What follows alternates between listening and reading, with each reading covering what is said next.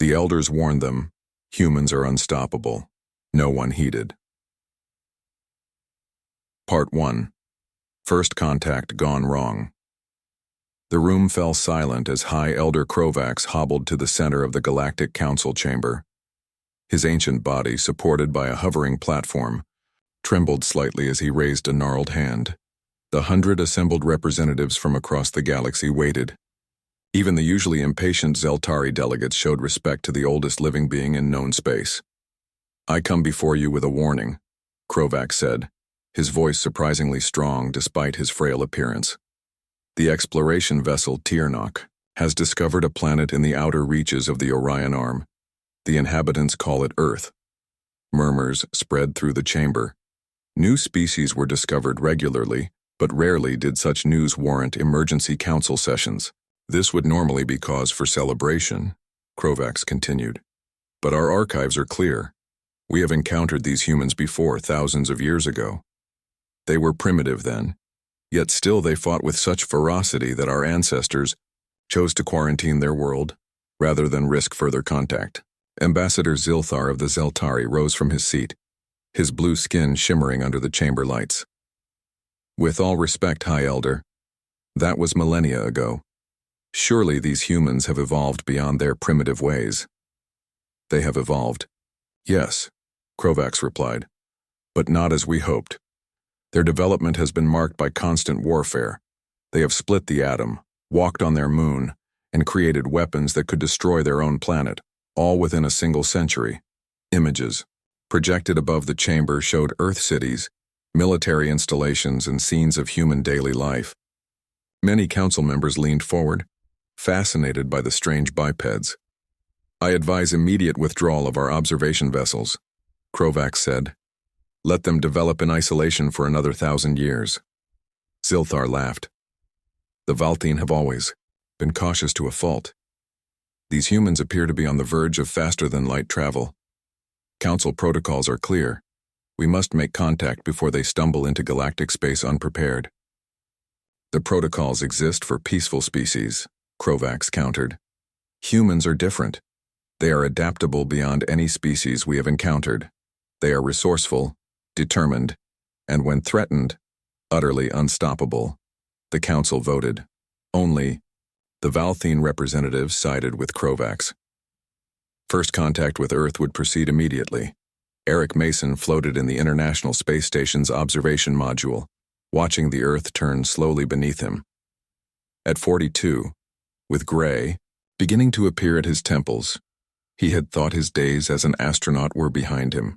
But when NASA needed experienced personnel for extended missions, the former fighter pilot had been an obvious choice.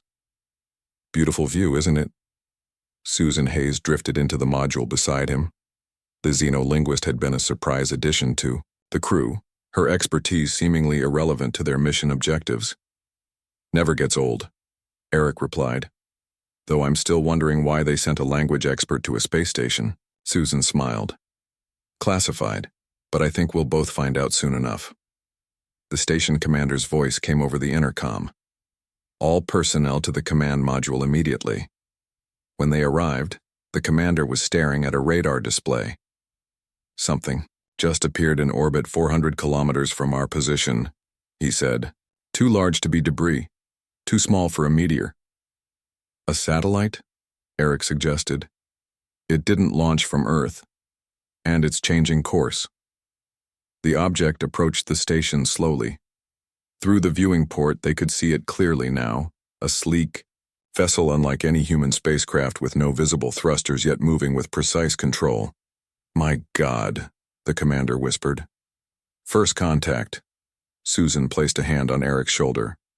"This is why I'm here," she said quietly. "There's a team of linguists and xenobiologists on standby.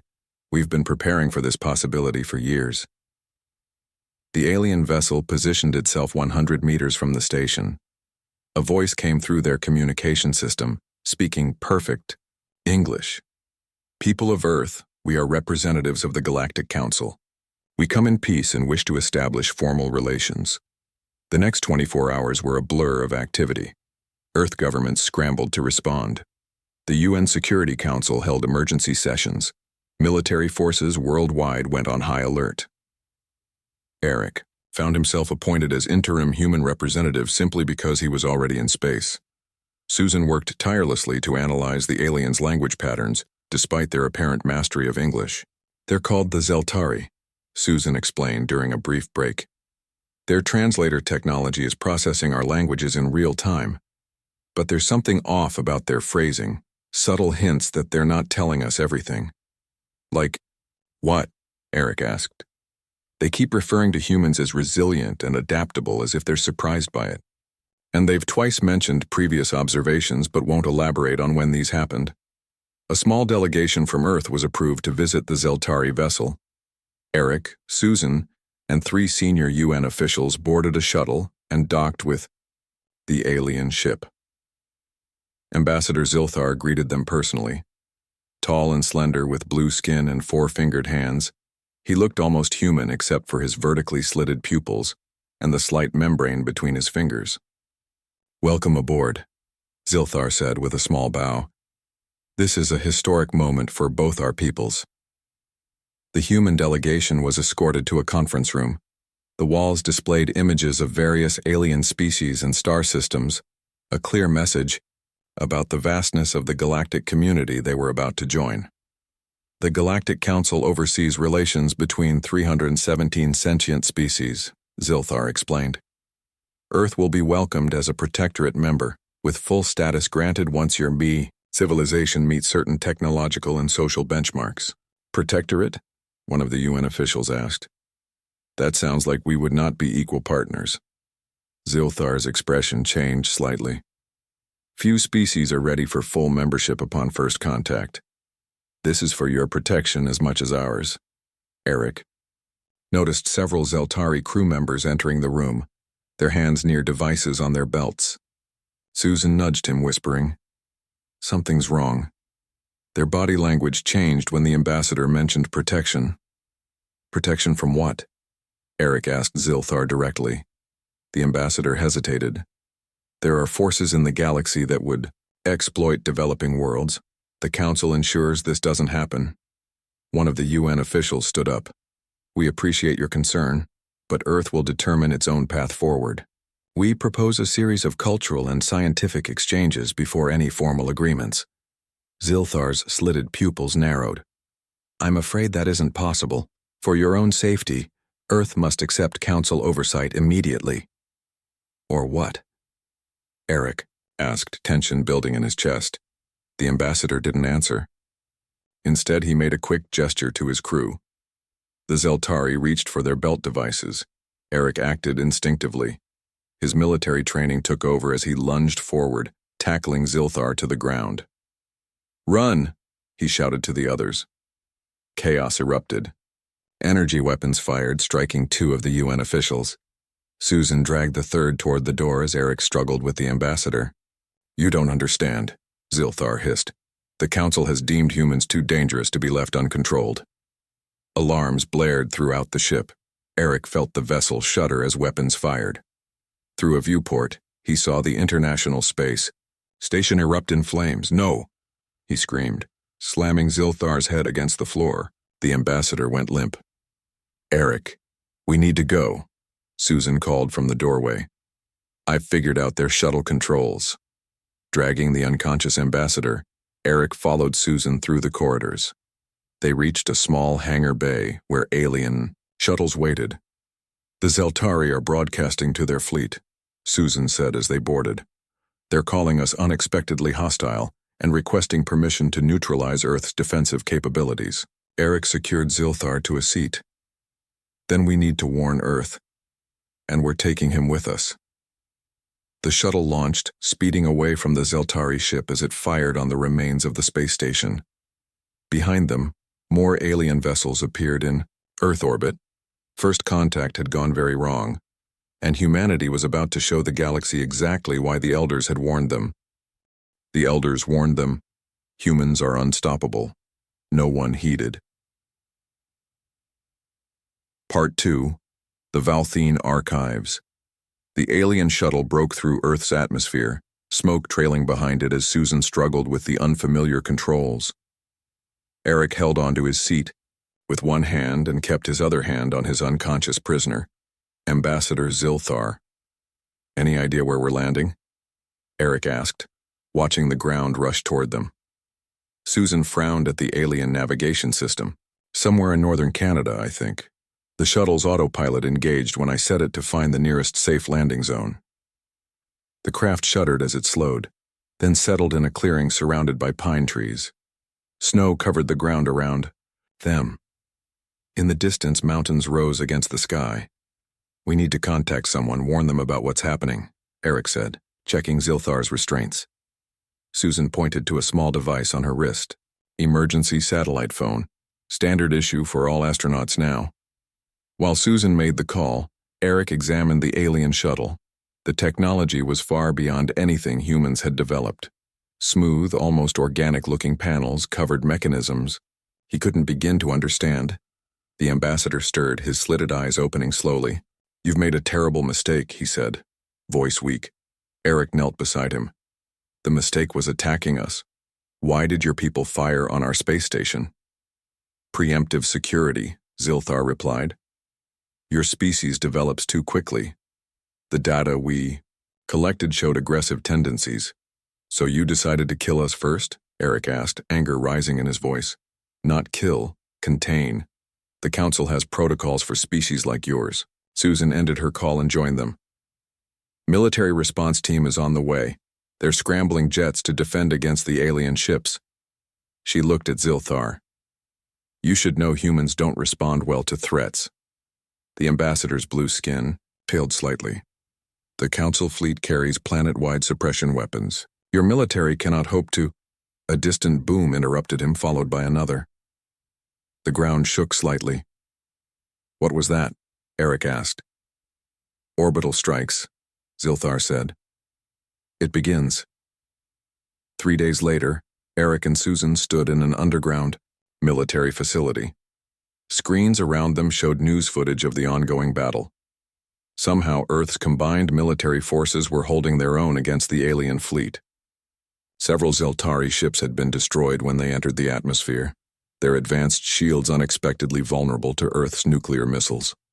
Admiral Frank Winters, a stern man with close-cropped gray hair, entered the room, followed by Dr. Olivia Bennett, a physicist who had been studying the alien shuttle technology. "Mason Hayes," the Admiral nodded. "We've got something you need to see." They followed him to a secure room where Ambassador Zilthar was being held.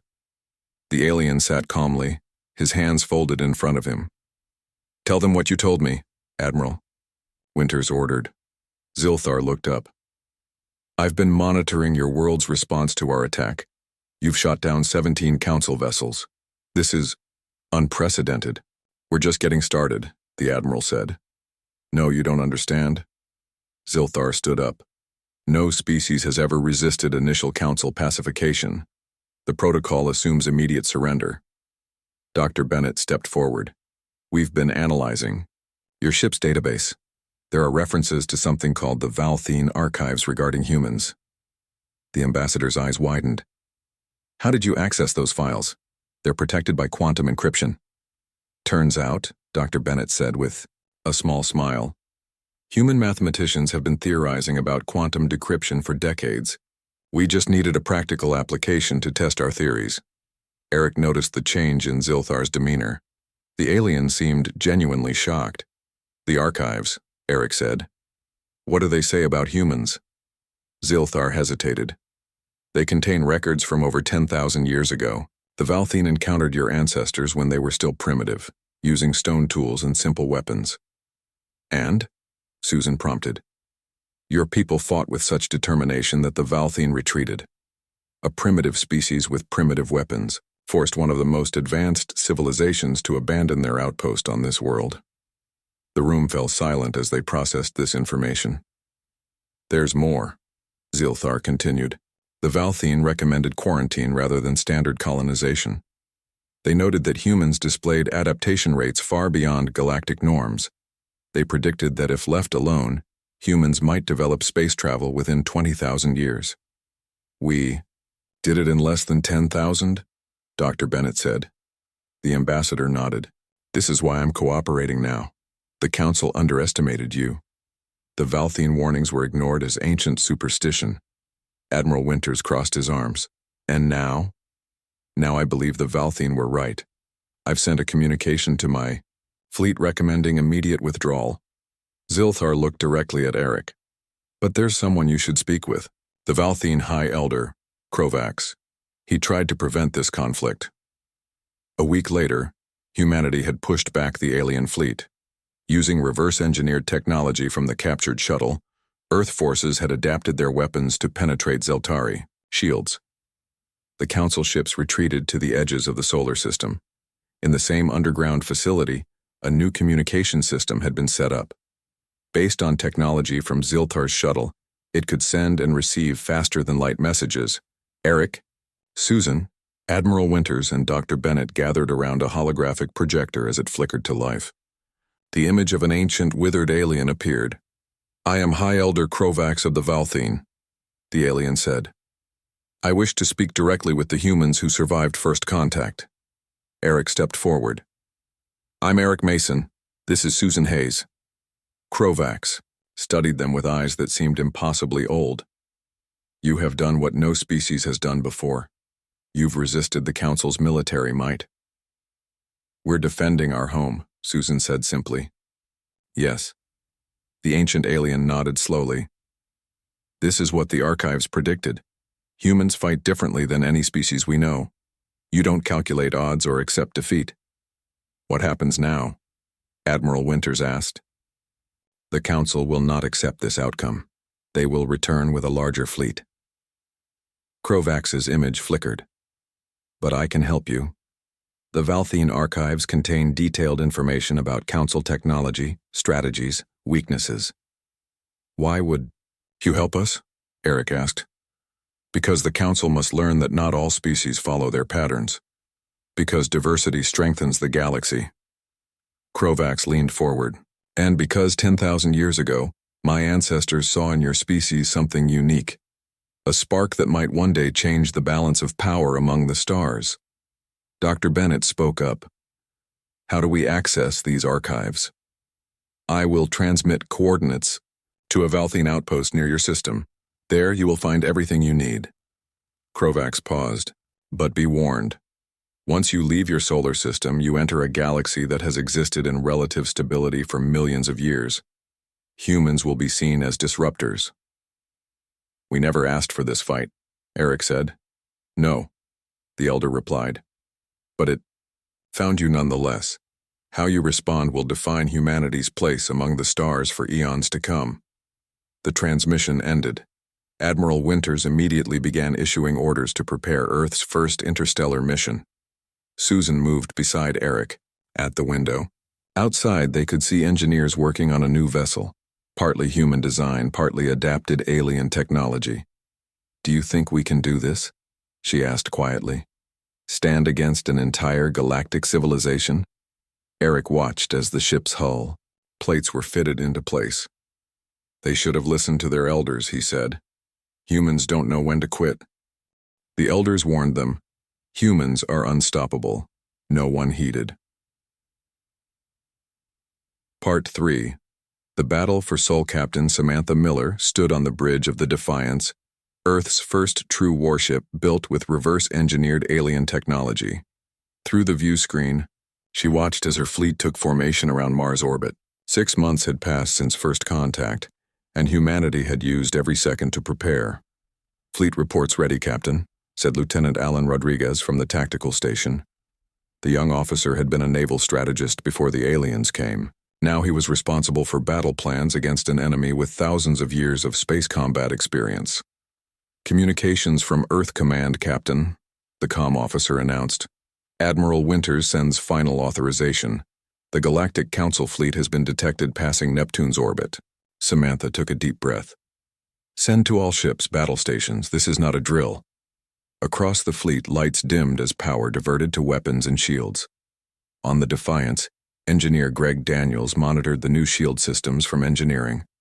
The technology was still experimental, based on designs provided by the Valthine archives. "Shields at maximum," Greg reported through the intercom. but I can't guarantee how they'll hold under sustained fire. We've only had months to understand technology they've had for millennia. Samantha nodded. Understood. We'll just have to hit them hard and fast.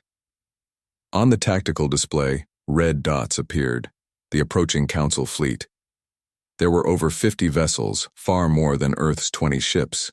They're still using standard Council formation, Allen noted. 4-tier defensive grid, heavy weapons at the core. Just like in the Valthene tactical files. Then our strategy remains unchanged, Samantha said. Lieutenant Rodriguez, signal the fleet. Execute battle plan Thermopylae. Earth's ships split into 3 groups. The smallest group headed straight for the alien fleet, while the other 2 curved away to flank positions. On the Council flagship, Fleet Commander Jixara watched the approaching human vessels with contempt. They actually intend to fight, he said to his officers. Prepare to demonstrate the price of defiance.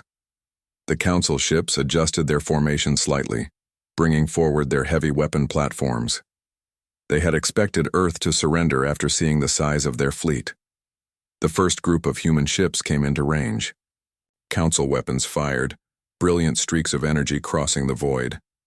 But the human vessels were moving in unexpected patterns, making themselves difficult targets. Back on the Defiance, Allen studied the tactical display. First phase complete. Their front ships are committing to engage our decoys. Begin phase 2, Samantha ordered. The flanking human ships suddenly accelerated, but not toward the alien fleet. Instead, they headed for seemingly empty space on either side of the Council formation. What are they doing? Jixara demanded as he watched the strange maneuver. His sensor officer looked confused. Unknown, Commander. There's nothing at those coordinates. Suddenly, multiple small objects appeared on their sensors, released from the human ships. Analysis shows they are crude nuclear devices, the sensor officer reported. Primitive weapons, our shields will... He never finished his sentence. The nuclear devices detonated, not against the alien shields, but in carefully calculated positions in space. The massive radiation bursts created an electromagnetic storm that disrupted the Council ship's sensor systems. Sensors failing, shouted the Council officers. Shield harmonics destabilizing. On the Defiance, Samantha gave the next order. All ships, execute Phase 3. The human fleet regrouped and charged directly at the Council formation. Meanwhile, smaller craft launched from their bays, fighters piloted by Earth's best combat pilots, many of whom had flown in atmosphere only months before. Human attack craft approaching, a Council officer reported to Jixara. They appear to be targeting our communication arrays. Impossible, Jixara said. They can't know our vulnerabilities. But they did. The Valthene archives had provided detailed schematics of Council ship designs, unchanged for centuries due to the aliens' technological complacency. The human fighters swarmed through the Council formation. Rather than attacking the most heavily armed ships, they focused on targeting specific weak points, communication arrays, sensor nodes, shield generators. Lieutenant Rodriguez coordinated the attack from the Defiance. Fighter Group Alpha, target the command ship's port shield generator. Beta, hit their quantum communications. The Council ships tried to respond, but their formation was designed to fight other Council species using traditional tactics. They had never faced an enemy who would sacrifice ships to gain tactical advantage. 3 human vessels deliberately collided with Council shield barriers, overloading them with kinetic energy and creating gaps for other ships to exploit. They're sacrificing their own people, Jixara said in disbelief as he watched the human ships breaking apart. What kind of species does that? On the Defiance, engineer Greg Daniels called the bridge. Captain, the disruption device is ready, but we'll need to get closer to their command ship. Samantha nodded. Helm, take us in. All power to forward shields. The Defiance plunged toward the center of the alien formation, taking heavy fire as it approached the Council command ship. The vessel shuddered with each impact. Shields at 30%, Greg warned. Keep going, Samantha ordered. When they were within range, she gave the command, activate the disruptor. Greg activated the device they had built based on Valthene designs. It sent out a pulse that specifically targeted the quantum entanglement communications used by the Council ships. Across the alien fleet, command networks failed. Ships could no longer coordinate their actions. Their formation began to break apart. "Now, Lieutenant Rodriguez," Samantha said, "execute the final phase." The remaining human ships attacked in unison, focusing all firepower on key vulnerable points identified in the Valthene archives. Council ships that had stood unopposed for millennia began to explode or drift powerless in space. On his flagship, Jixera watched in horror as his fleet disintegrated around him. How is this possible? They were barely space-capable 6 months ago. His second-in-command had no answer.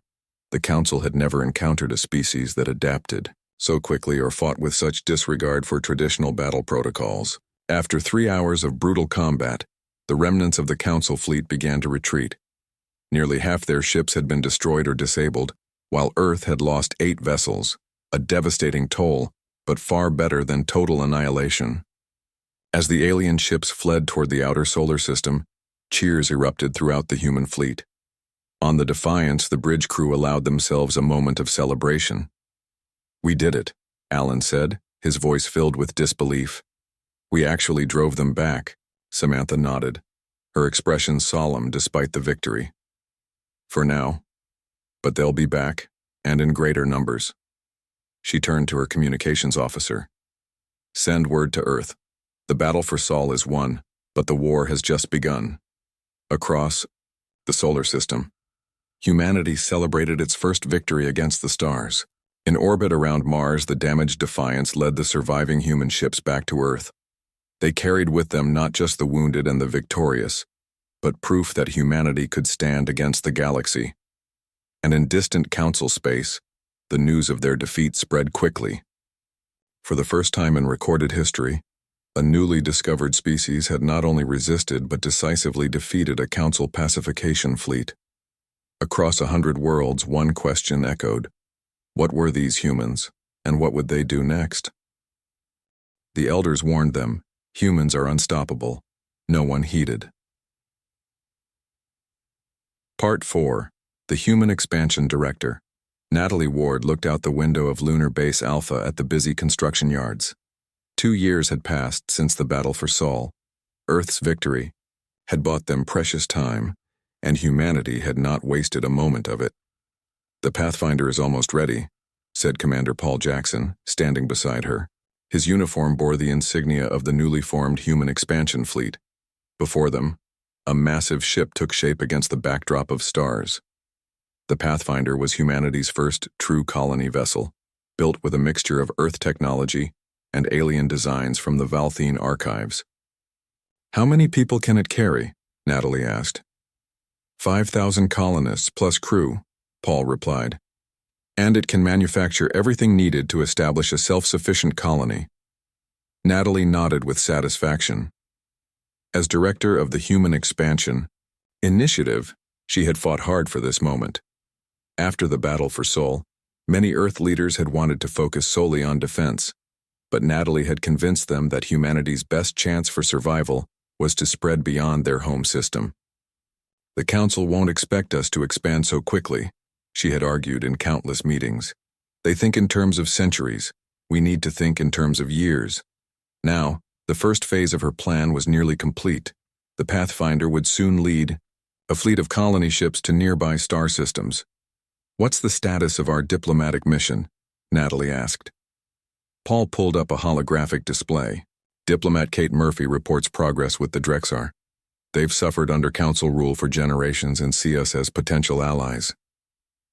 The display showed images of the Drexar, tall, slender beings with gray skin and 4 arms. Their home system was only 12 light-years from Earth, close enough for regular communication using the FTL transmitters humanity had developed from alien technology. And Dr. Patel's research? Paul switched the display to show laboratory data. His team has confirmed it. Humans can adapt to environments that would kill most species. Our genetic structure allows for rapid microevolution. Natalie smiled. "So the Valthene were right about us?" "Yes," Paul nodded. Apparently, Earth's diverse and challenging environment created a species uniquely suited for space colonization. Their conversation was interrupted by an urgent message from Earth Command. Admiral Winter's face appeared on a nearby screen. Director Ward, Commander Jackson, we've detected Council scout ships near Saturn. They're back sooner than we expected. Natalie straightened her posture. We're ready, Admiral. The Pathfinder can launch within 48 hours. Make it 24, the Admiral ordered. We'll hold them off as long as we can. The next day, as Earth's defense fleet moved to intercept the approaching Council ships, the Pathfinder and 3 smaller colony vessels prepared for departure. In the Pathfinder's medical lab, Dr. Victor Patel reviewed final genetic screening protocols with his team. The scientist had pioneered the field of xenobiological adaptation, studying how humans might survive on alien worlds. Remember, he told his colleagues, we're not just looking for worlds exactly like Earth. Our adaptability is our advantage. On the bridge, Commander Jackson oversaw launch preparations.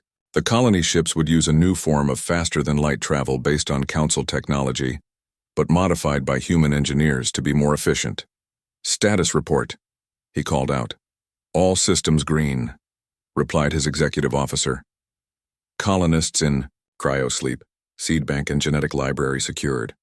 Paul nodded. Begin launch sequence. As the massive engines powered up, Director Ward arrived on the bridge. We just received word, she said. The Council fleet has engaged our defenders near Jupiter. It's twice the size of their last force. Paul's expression remained determined. Then we'd better not waste the opportunity they're giving us. The colony ships lifted off from the lunar surface, accelerating rapidly away from Earth.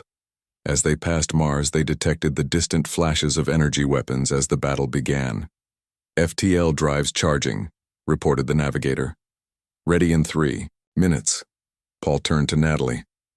Any final words before we make history? She addressed the bridge crew. What we do today changes humanity's future forever. Even if Earth falls, our species will live on among the stars. The navigator counted down, and the ships vanished into FTL space, leaving their home system behind.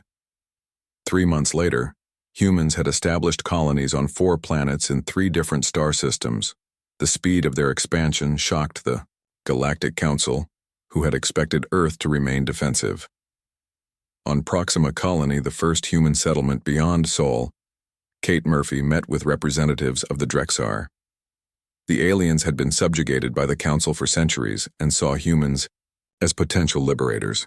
Your people fight like none we have seen, said the Drexar ambassador. The Council forces are stretched thin trying to contain your expansion.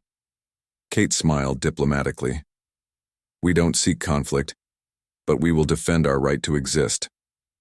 There are others who feel as we do, the ambassador said. Species who chafe under Council rule.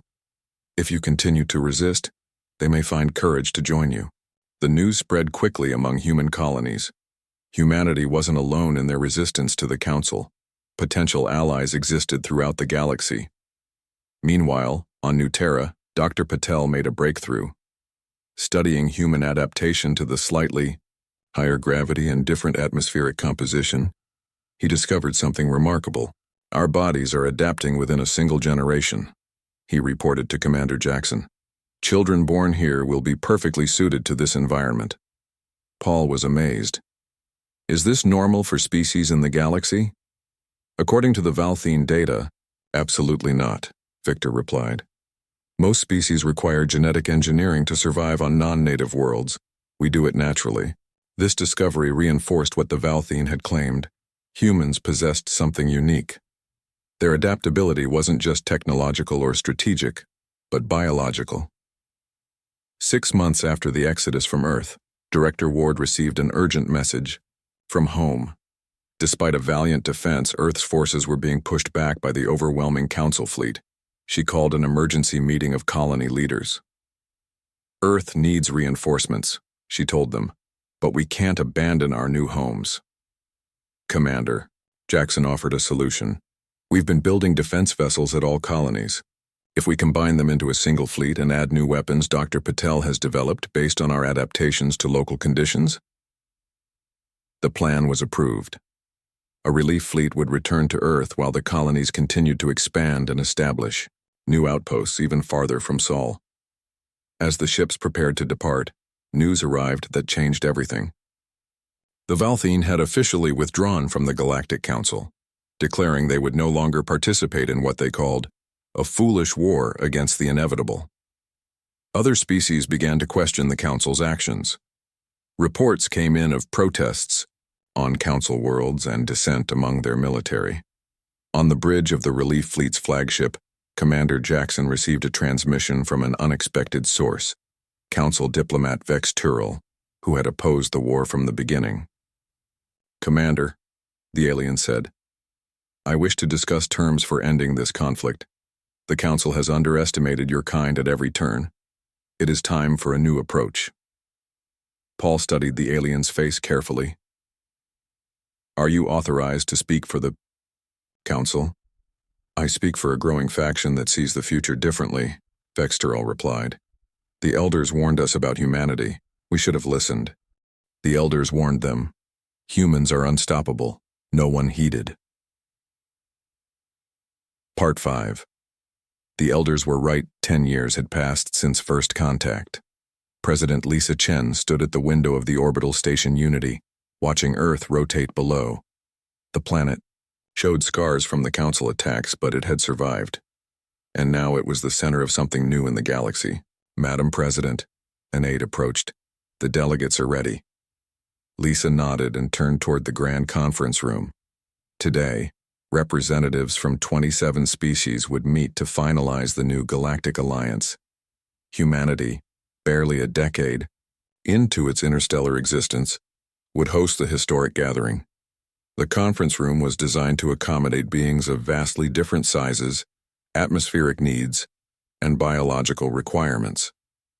Some delegates floated in special tanks, others required higher gravity platforms, and a few needed environmental suits to survive in the human-friendly atmosphere. General Eric Mason, now commander of Earth's Combined Defense Forces, stood beside the doorway. His hair had turned completely gray, but his stance remained military straight. He had been there at first contact, and now he would witness this moment. "Nervous?" Lisa asked him quietly. "Cautiously optimistic," Eric replied. "Though I keep expecting another attack." "Old habits," she smiled.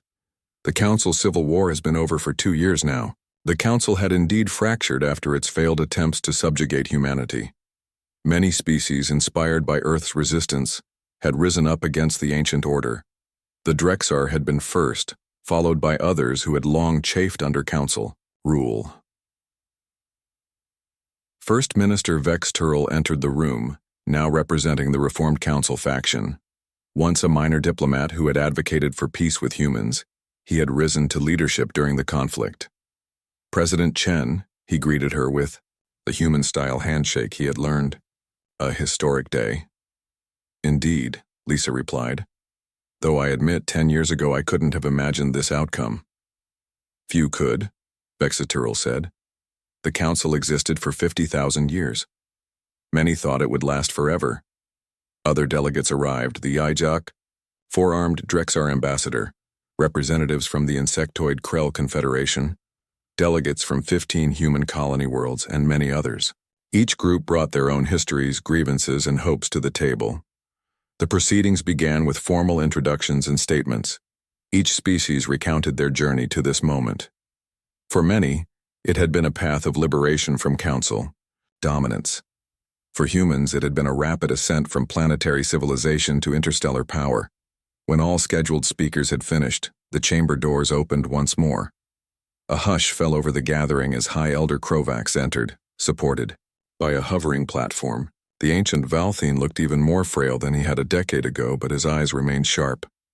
"High Elder," President Chen said, surprised. "We weren't informed you would attend." "Some journeys must be made regardless of protocol," Krovax replied, his voice thin but clear. "I have waited many lifetimes to see this day." The assembly made space for him at the center of the chamber. Despite his physical weakness, the Elder's presence commanded attention. Even delegates who had never met a Valthine seemed to recognize his importance. 10 years ago, Krovax began, I warned the Council about humans.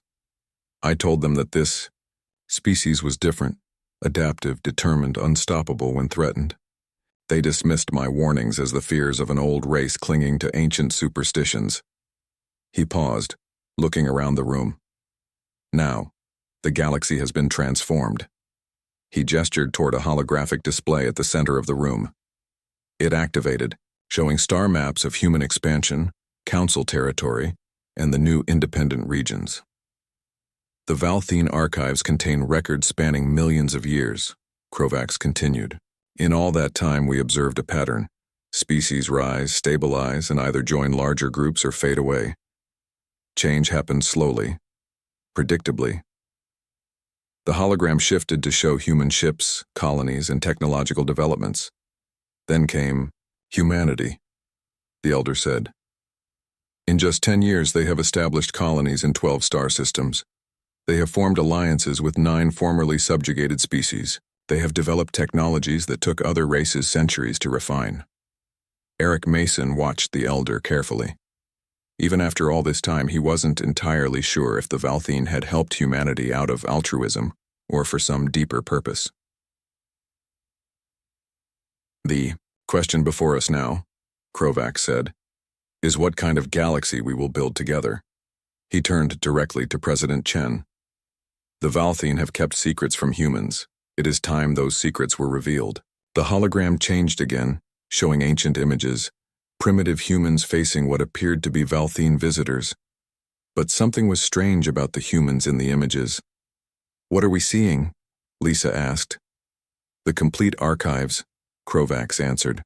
Humans were not simply encountered by the Valthine long ago. They were studied extensively. My ancestors discovered something unique in your genetic structure. Adaptability beyond any known species. Dr. Victor Patel, now the leading expert on human adaptive biology, leaned forward with interest. The Council feared this, Krovax continued. They believed that if humans ever reached the stars, they would disrupt the careful balance of power, maintained for eons. And they were right. The chamber was silent as delegates processed this information. So the quarantine of Earth, Eric began, was partly protection, partly containment. Krovax confirmed. The Valthine chose isolation over extermination because we saw potential. We hoped that given time, humans might evolve differently. And did we? President Chen asked. The Elder's face formed what might have been a smile. You evolved faster, more dynamically. When faced with the Council's aggression, you did not retreat or surrender as expected. You adapted their own technology and used it against them. You expanded while fighting a defensive war. You formed alliances where the Council expected only conflict. He moved his platform closer to the human delegation. The galaxy has needed change for millennia. Stagnation threatened us all. Humans are the catalyst for that change. First Minister Vex Tural spoke up. What the Elder says is true. The old Council would never admit it. But they feared humans because they recognized themselves, what they had once been before comfort and routine dulled their edges. President Chen looked around at the assembled delegates, former enemies, new allies, neutral observers. Then let's show the galaxy that change can be positive. This new alliance will not be built on dominance like the old Council, but on mutual respect and shared progress. The treaty was signed that day, the founding document of the Galactic Cooperative, a new approach to interstellar relations. Each species would maintain independence while contributing to collective security and scientific advancement. When the formal proceedings ended, High Elder Krovax requested a private meeting with President Chen and General Mason. There is one more thing you should know, the Elder told them when they were alone. The Valthine are fading. Our time is ending naturally, as happens to all species eventually. I'm sorry to hear that, Lisa said sincerely. Do not be, Krovax replied. It is the way of things. But before we fade completely, we wish to see the next chapter begin. He fixed his ancient eyes on them. The Elders warned the galaxy about humans. No one heeded. Now, You must become the new elders, and your warnings must carry the wisdom gained through your struggles. As High Elder Krovax departed for his ship, Eric and Lisa watched from the observation deck.